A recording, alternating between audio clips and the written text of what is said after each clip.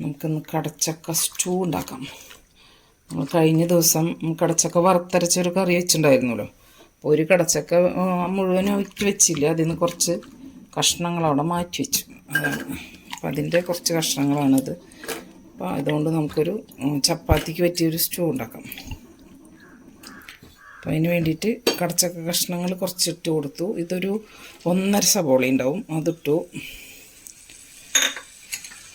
ഒരു 4 പച്ചമുളക്, ചെറിയൊരു കഷ്ണം ഇഞ്ചി, 2 വേപ്പില, അതും കൂടി ഇട്ട് കൊടുത്തു.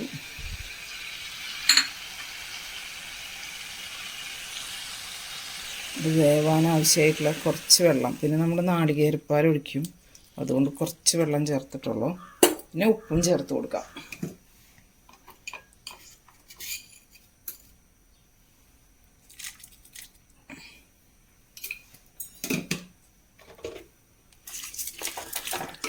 അവിടെ ഇരുന്ന് വേവട്ടെ. അപ്പോഴേക്കും നമുക്ക് നാളികേരമൊക്കെ പിഴിഞ്ഞെടുക്കാം.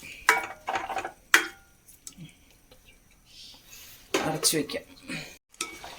നമ്മുടെ കടച്ചക്ക കഷ്ണങ്ങളൊക്കെ വെന്തിട്ടുണ്ട്. ജസ്റ്റ് ഒന്ന് വേണമെങ്കിൽ കയ്യിലുകൊണ്ട് നമ്മൾക്ക് ഇങ്ങനെ ഒന്ന് ഉടച്ച് അമർത്തി കൊടുക്കാം. ചെറുതായിട്ടൊന്നും, ഭയങ്കരമായിട്ട് ഉടയ്ക്കൊന്നും വേണ്ട, ചെറുതായിട്ടൊന്ന് ഉടച്ചു കൊടുക്കാം. അതിന് ശേഷം നമുക്ക് പാലൊഴിച്ച് കൊടുക്കാം.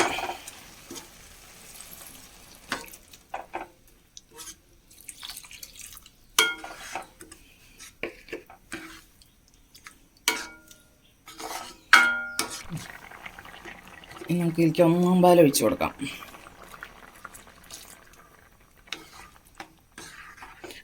നമ്മുടെ ചപ്പാത്തിക്ക് കഴിക്കാൻ നല്ല ടേസ്റ്റാട്ടോ ഈ കറി. ഇതുപോലെ ഒന്ന് ഉണ്ടാക്കി നോക്കാത്ത ആൾക്കാർ, സാധാരണ കടച്ചക്ക എപ്പോഴും നമ്മൾ മസാല ചേർത്ത കറിയൊക്കെയാണല്ലോ വെക്കുക. ഇതുപോലെ ഉണ്ടാക്കി നോക്കിയാൽ നല്ല ടേസ്റ്റാണ് കഴിക്കാൻ. നൂലപ്പം, പിന്നെ ചപ്പാത്തി, വെള്ളയപ്പത്തിൻ്റെ കൂടെയൊക്കെ നല്ല ടേസ്റ്റാണ് കറി. അടിപൊളി കറിയാണ്. എനിക്ക് നമുക്ക് 2 വേപ്പില ഇടാം, 1 സ്പൂൺ പച്ച വെളിച്ചെണ്ണ വയ്ക്കാം. വേപ്പില ഇട്ട് കൊടുത്തു.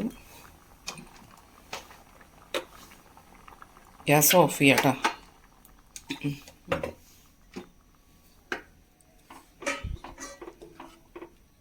കറി റെഡി. നമ്മുടെ കടച്ചക്ക സ്റ്റൂടെ റെഡി ആയിട്ട്.